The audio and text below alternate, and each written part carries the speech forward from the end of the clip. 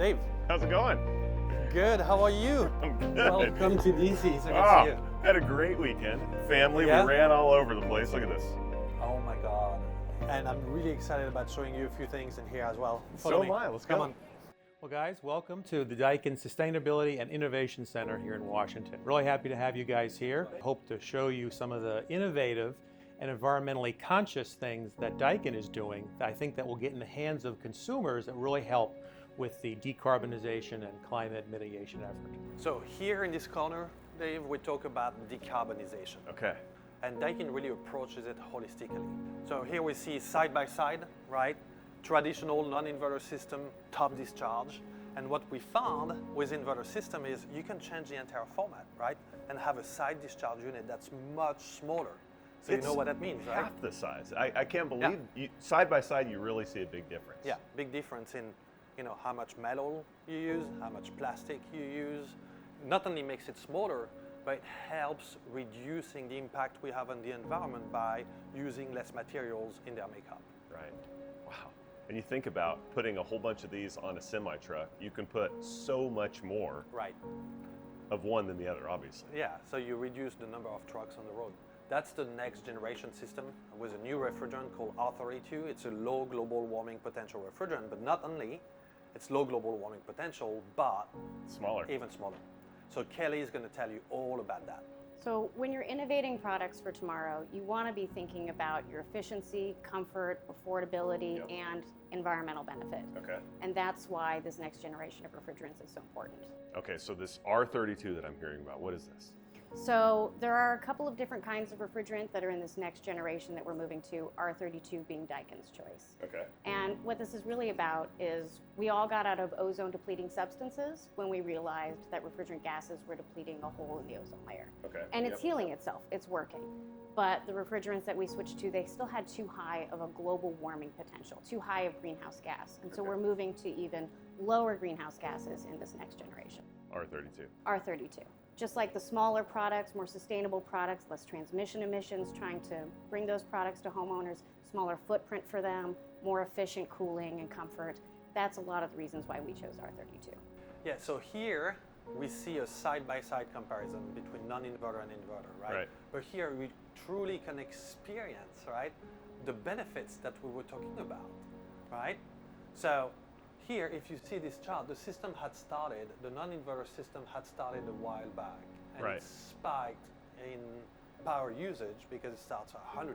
100%, yeah. And then, right, maintain at a high degrees of energy, right, that's the red line. And then goes back down to nothing again. And it goes back down to nothing. While at this time, right, the inverter, all right, well then, perfect experience, and you see another spike, right, when that just happened. And then at this time, the inverter continues running. Can you hear me? Your voice is the inverter now. It is going up, going up. Little by little. So, and during that same time, the inverter is just maintaining at a low energy conserving level, right? So it's much quieter, right? Much better energy level. Look, we're about a 1/3 of power usage between inverter and non-inverter. Wow. So I was always, I always thought that heat pumps did not work in really cold weather environments. Right. So here on that side-by-side experiment, right, between non-inverter system and inverter system, I'm going to ask you to do the experiment. Get in there. All right. Oh man, it's freezing in here.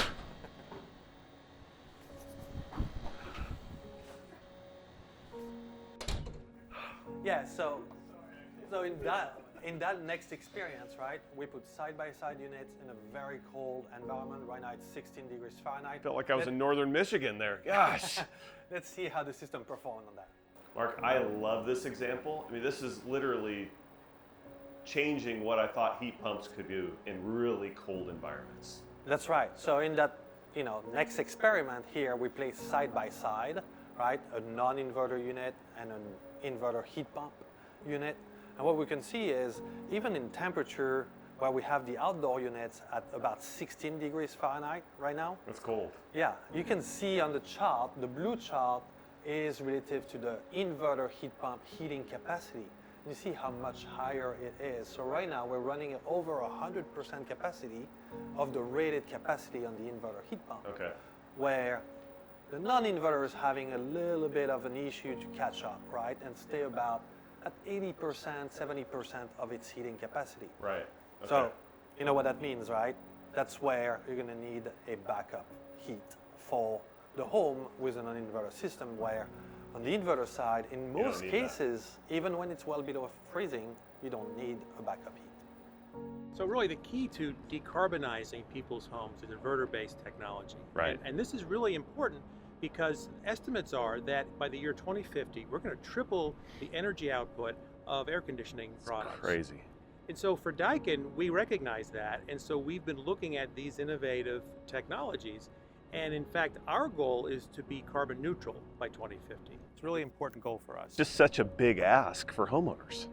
Well, and yes, and there's a big switch. You're going to move from fossil fuel burning equipment, which people like, but a heat pump brings really many more benefits to them. There's comfort that they can get, especially with inverter technology, where you can vary the speed and the ability to deliver that comfort. You get energy efficiency that is much more than you can get from a fossil fuel burning type equipment. And then finally, the overall impact on the environment is really tremendous. Okay. And so the key, though, is then getting them into people's homes. Yep. And there are barriers, there's cost barriers, there are installation barriers, but that's why we're here in Washington, where we can get the federal and state governments to help us with that whole process. So rebates, incentives, that kind of stuff. They're really important because during the process of installation, besides just getting the product to the consumer, you have to install it. Right. There could be upgrades to the panel in your home. Yep. You may have a flue existing. You will have a flue existing exhaust for the gas furnace. Right. That needs to be tied off. Right. So there are various things that needs to happen, and those installations can have some cost to them. And through rebates, tax credits, utility incentives, also even loans, that's going to help that homeowner to get the product into their home quickly. Take them to the next step. That's right. That's right. Welcome to the Ronald McDonald House. Thank you. Thank you so much. Our organization eases the hardship of childhood illness on families, and we believe that when families have a sick child, that the support for the entire family is necessary. The comfort and support of Ronald McDonald House Charities is instrumental in easing the hardship on those families. This is amazing. So we had a great visit this morning, right? And a little surprise here is on the wall. Wow, that is really amazing. It is, we're working with Ronald McDonald House to create more sustainable communities. We're all in this together. All in this together. You got the Daikin air purifier, just like in my house. It's essential. It's perfecting the air we share. Exactly. That's what I've been saying all along.